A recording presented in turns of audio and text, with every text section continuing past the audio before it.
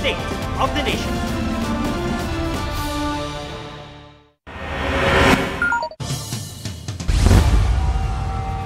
Bago ngayong gabi, sumiklab ang sunog sa isang residential area sa Rosario, Pasig. Sa kuhang ito, kita ang lawak ng nagngangalit na apoy, pati ang makapal na usok mula sa sunog na itinaas na sa ikatlong alarma. Nasa 50 pamilya ang apektado.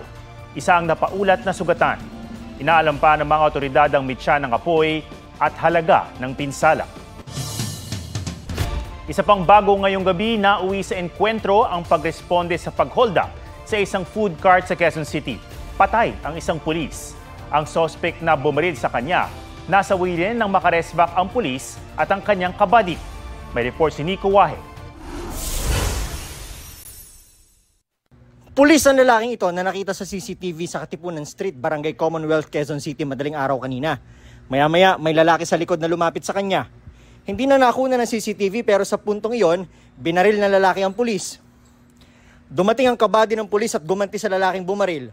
Although meron na po siyang mga tama, naka-retaliate pa po or naka-fireback pa po itong ating pulis dito sa ating suspect. Tinulungan din naman po siya nung kanyang kabady na at matapos po yun ay naitakbo pa po ng ospital. Ang napatay na pulis kinilalang si Patrolman Harwin Kurt Nibagay. Ang balang tumama sa braso niya, tumagos sa dibdib. Di patukoy ang pagkakakilanlan ng sospek. Ayon sa NCRPO, nasa lugar ang dalawa para rumisponde sa holdapan. Sabi ng isang saksi, sunod-sunod ang umalingaw-ngaw na putukan noon. Ito yung pulis, pasugod na. Yung may customer kaming gumagawa kami ng burger nun eh. May customer kami. Yun, yung mga customer napayuko bigla, narinig kami ng una, akala na yung motor. Pangalawa, sunod-sunod na yung putok ng baril. Sugatan ng food cart owner na hinold up ng lalaki, pati isang bystander na nabaril din. Dito nakaposte yung mga pulis nang may marinig na putukan at nang re-responde sana, tumakbo sila sa bahaging ito kung saan isang lalaki ang nakasalubong nila na nagtuturo kung saan umano tumakbo ang nagpaputok. Pero ang nagturo, siya palang hold-upper at ang siya ring nagpaputok. Kaya pagtalikod ng pulis, ito rin ang bumaril sa kanya. Hindi po kasi nila identified kung sino pa yung suspect. So doon po sila napalapit. Nung tumalikod na po itong ating mga pulis, saka po bumunot naman po itong ating suspect at pinaputukan po itong ating isang patrolman. Inaayos na raw ng PNP ang pagpaparangal kay Patrolman Bagay. Nico Wahe, nagbabalita para sa GMA Integrated News. Bago rin ngayong gabi ang pag-downgrade ng DFA sa alert level sa Israel. Ibinaba ito sa Alert Level 2 o Restriction Phase, mas mababa sa Alert Level 3 o Voluntary Repatriation. Paliwanag ng DFA, bunsod ito ng mas mabuting sitwasyon ng seguridad sa Israel at Iran kasunod ng idineklarang ceasefire. Babantayan pa rin daw ng ahensya ang sitwasyon doon. Naingayan daw sa pagkanta kaya tinaga ng isang lalaki ang kanyang kainuman sa Misamis Oriental. Nauwi rin sa pananaga ang isang inuman sa Bukidnon nang mag-away ang dalawang biktima at ang suspect. Yan ang mga report ni Darlene Kai. Pinagkaguluhan ng mga taga-barangay Bito sa Dato Odinsinsuat, Maguindanao del Norte ang kotseng ito. Tinambangan ng sasakyan at dead on the spot ang dalawang sakay na batay sa investigasyon ay mga Army Reservists na nakabase sa Cotabato City. Sabi ng mga residente, umaga nitong Sabado nang marinig nilang pinagbabaril ang kotse habang bumabiyahe sa Cotabato Isulan National Highway. Iniimbestigahan pa kung sino ang mga salarin at bakit sila tinambangan. Sa Malaybalay, Bukidnon, dalawang lalaki ang dinatnan ng mga pulis na nakabulagta at puno ng mga sugat. Pinagtataga umano sila ng kainuman gabi nitong Sabado. Batay sa investigasyon, nagkasagutan daw sila hanggang nauwi sa pananaga. Dead on arrival sa ospital ang biktimang 35 years old habang nagpapagaling sa ospital ang 49 years old na natagarin. Agad tumakas ang suspect pero sumuko kalaunan. Hawak na ng mga pulis ang suspect na naharap sa reklamong homicide at frustrated homicide. Hindi siya nagbigay ng pahayag sa media pero umamin daw siya sa krimen ayon sa mga pulis. Sa Villanueva, Misamis Oriental, nasawi dahil sa taga sa batok ang lalaking 48 years old sa inuman noon ding gabi ng Sabado. Suspect ang may-ari ng bahay kung saan nagiinuman ng biktima, suspect at 3 iba pa. Naaresto ang suspect na ayon sa mga polis ay naingayan daw sa pagkanta ng biktima kaya sila nag-away. Ang iyang istorya nga sa haba daw, kay kakanta ba na Normal, ang biktima, saba din siya. Kay ilong ramagod na siya. Nagiguro sila ay panagalis gamay dito. Yasuring ibadlong nga pagilom. Motong wala mo ilom kasigpi padayon kanta mo to inungdan nga. Nakapatay iya ginapatay ang biktima. Pero ano napatay mo? Kain kitang panahon karon sa. Isa sa ilalim sa autopsy ang bangkay ng biktima habang inihahanda ang mga reklamong isasampa laban sa suspect. Darlene Kai nagbabalita para sa GMA Integrated News. Lungsod ng Maynila ay sinailalim sa state of health emergency na nagbabalik na si Mayor Isko Moreno dahil sa problema sa paghakot ng basura. Sa gitna naman ng pudlot-udlot umanong koleksyon ng basura, sumulat sa alkalde ang 2 hauling contractor sa Maynila para bumitaw sa kontrata dahil sa halos 400 milyong pisong anilay utang sa kanila ng lungsod. Muli naman maghahakot ng basura ang dating kontraktor na naunang bumitaw sa kontrata dahil din sa utang ng LGU. Ayon kay Moreno, napakiusapan daw niya ang dating kumpanya. Nabiyak po yung pader! Tulungan niyo po kami! Barangay San Celeste! Tulong! Tulungan niyo kami! Nasa 60 pamilya sa Navotas na nanatili sa evacuation center nang bahain sila nitong weekend dahil sa bumigay na pader pangharang sa ilog. Pati mga sandbag na pamalit muna sa pader di kinaya ang ragasan ng tubig. Ayon sa Navotas CDRMO, pag-aari ng pribadong kumpanya ang pader. Sinubukan naming humingi ng pahayag sa kumpanya pero nakikipag-ugnayan na raw ito sa City Hall at tiniyak na ayusin ang pader ngayong linggo. Senador Risa Ontiveros handa raw ihabla ang mga nasa likod ng video ng bumaliktad na witness sa investigasyon ng Senado kay Pastor Apollo Kibuloy. Pinabulaanan ni Ontiveros ang pahayag ni Michael Murillo alias Rene na gawa ng senadora ang mga akusasyon noon ni Rene laban kina Kibuloy at dating Pangulong Duterte. Naglatag din siya ng mga resibo na si alias Rene umano ang nag-alok na tumistigo at hindi siya binayaran.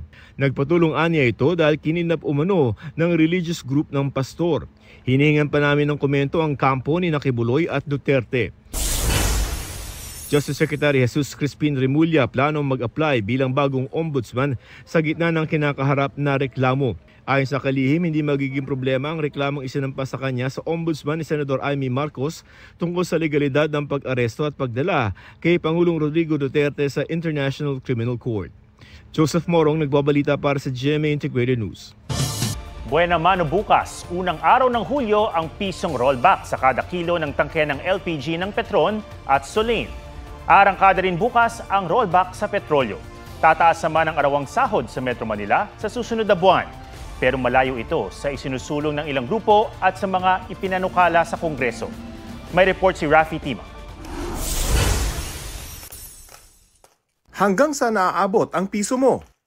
Sa datos ng Philippine Statistics Authority o PSA, ang 1 peso mo noong 2018, 79 centavos na lang ang katumbas ngayong taon. Ibig sabihin, ang 1,000 pesos noong 2018, halos 800 piso na lang ang halaga makalipas ng 7 taon. Sa lagay na yan, ano ba ang nakabubuhay na sahod para sa pamilyang Pinoy? Ang datos dito ng PSA noong 2023, mahigit 353,000 pesos na average annual income. Pero ang average ding gastos ng kada pamilya lagpas 258,000 pesos. Sa makatuwid, ang natitira sa kanila para sa buong taon wala pang 100,000 pesos o mahigit 260 pesos kada araw. Kaya panay ang hirit ng mga labor group na minimum wage hike. Bigong maipasa sa 19th Congress ang mga wage hike bill na 100 pesos sa bersyon ng Senado at 200 pesos sa Kamara. Ngayong 20th Congress, isinusulong ng ilang grupo ang 1,200 pesos na daily living wage. Ito raw ang sapat na halaga para bumuhay ng pamilyang may 5 miyembro. Pero malayong-malayo yan sa 50 pesos na dagdag sa minimum wage sa Metro Manila na inaprubahan ng Regional Wage Board. Dahil dyan, simula July 18, 695 pesos na ang minimum wage para sa non-agricultural sector. 658 pesos naman para sa agri-sector at mga service o retail establishment na 15 pababa ang empleyado at manufacturing naman na 10 pababa ang tauhan. Pag naipon naman siya ng 1 buwan, malaki na rin yun. Pambigas na din yun. Pang gastos sa araw-araw, parang di kakayanin pa rin yun, sir. Para sa Employers Confederation of the Philippines, mas mainam ito kumpara sa panukala sa Kongreso. Yung kahit yung maliliit, alam mo, yung micro, saka small, Marami din struggling, no? Yung pasweldo lang sa linggo-linggo, buwan-buwan pinoproblema, no? Tataasan mo pa. Paliwanag ng National Wages and Productivity Commission, naging batayan sa pag-aproba ng aumento sa sahod ay ang 5.4% na paglago ng ekonomiya nitong Enero hanggang Marso. Ang mas maliit na inflation rate sa Metro Manila nitong Mayo na 1.7% at unemployment rate na nasa 5.1% noong Abril. Kinailangan daw magbalanse para di mauwi sa pagmahal ng bilihin ang taas sahod. Mapipilita magtaas ang presyo iba. Yung iba naman mapipilita magbawas ang tao kung hindi nila kaya. Pero ayon sa kilusang Mayo 1, pabarya-barya lang daw ang dagdag sahod na ibinibigay ng Administrasyong Marcos. Bukod sa sahod, idinaraing din ang mahal ng petrolyo. Kahit nga may rollback bukas, nakukulangan pa rin dito ang ilang motorista kasunod ng 2 bagsak ng oil price noong nakaraang linggo. Dapat naman kung magkano tinataas, dapat gano'n din nire-rollback, di ba? Pero hindi. Magtataas ng 5 piso, bababa 2 piso. Ayon naman sa Energy Department, posible pang masundan ng rollback. Pumayag din magbigay ng 1 peso per liter discount ang ilang kumpanya. Pag-aaralan pa kung pwede rin bigyan ng discount ang mga pribadong sasakyan. Rafi Tima nagbabalita para sa GMA Integrated News. Sinisikap mahuli sa Iloilo City ang isang asong gala na nangagat ng mahigit 20 sa magkakahiwalay na insidente kabilang ang ilang bata. Inabutan pa ng GMA Integrated News ang aso na nagtatago sa ilalim ng sasakyan. Sabi ng barangay, ilang beses na raw nilang tinangkang hulihin ang aso pero mabilis na nakatatakas. Nangako ang Iloilo City veterinarian na huhulihin agad ang aso lalo't pinaghihinilaang carrier ito ng rabies. Nabakuna na raw ang mga nakagat na hindi naman nakitaan ng sintomas ng rabies. Ang virus na rabies na inaatake ang central nervous system napapasa mula sa kagat at kalmot ng infected na hayop. Ayon sa World Health Organization, pwedeng umabot ng hanggang 1 taon ang incubation period o yung panahon na nasa loob ng katawan ng rabies bago ito maglabas ng sintomas. Nakamamatay ang rabies pero kaya pa ring agapan ng bakuna. 2 araw na sinagupa ng mga otoridad ang wildfire sa kanluran ng Turkiye. Nasa 20 bahay ang natupok sa coastal province na Izmir. Tulong-tulong sa pag-apula ang mahigit 100 fire truck, 14 na helicopter at 4 na light plane. Nagpahirap sa operasyon ng malakas na hangin na nagpapalala ng sunog. Isang matandang lalaking naka-wheelchair naman ang nasagip sa kanyang bahay. Ayon sa mga otoridad, nasa 50,000 residente na ang pinalikas.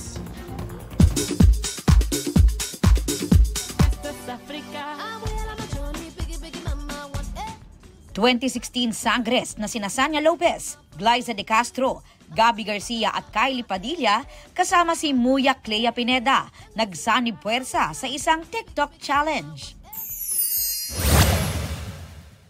Dante Squad, all out ang support sa first swimming competition ni Sixto.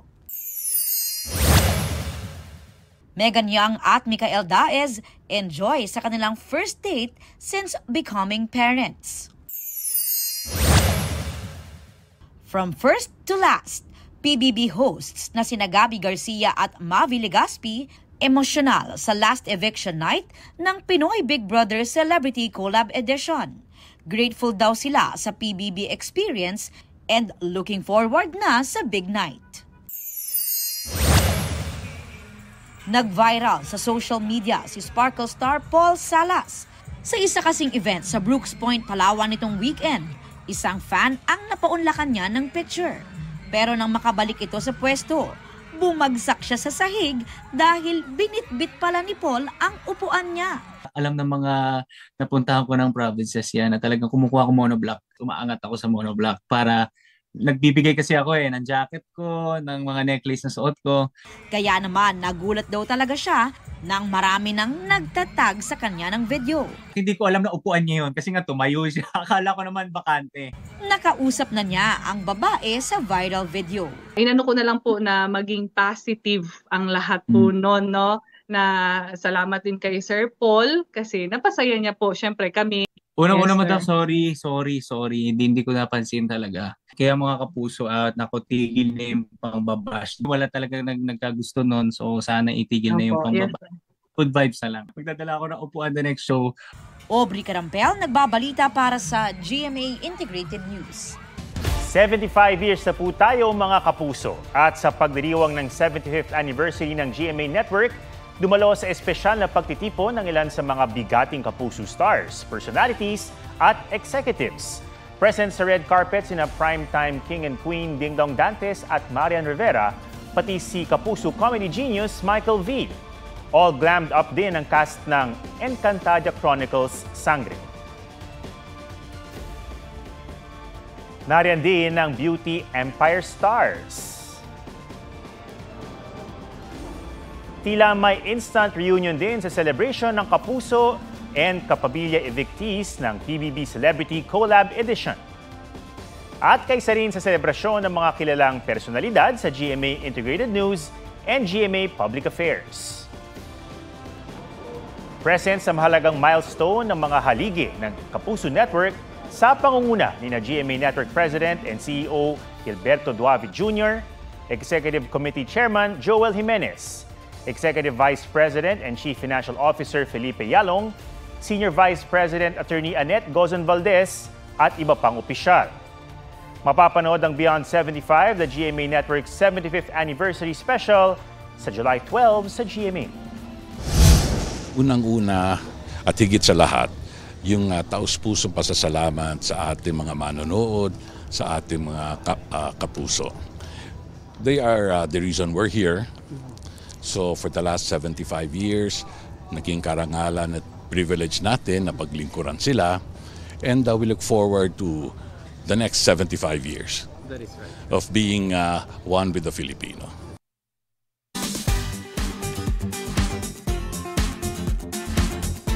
May rumorondang baby llama sa Chile kasama ng mga pulis. Meet Miguelito, ang baby llama. Naulila siya matapos pumanaw ang ina sa panganganak kaya inampon ng mga pulis. Nagpapatrol ang mga pulis sa pastulan nang makita ang 5 days old pa lamang na baby llama. Una siyang inalagaan ng pamilyang nagpapastol ng mga llama at alpaka pero hindi na raw kayang alagaan pa ito. Kaya nagmagandang loob ang pulisya at 3-month-old na ngayon ang llama.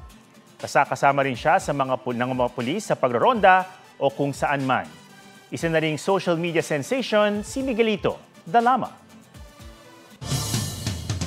At yan po ang State of the Nation para sa mas malaking misyon at para sa mas malawak na paglilingkod sa bayan. Ako si Ato Maraulio mula sa GMA Integrated News, ang News Authority ng Pilipino. Huwag magpahuli sa mga balitang dapat niyong malaman. Mag-subscribe na sa GMA Integrated News sa YouTube.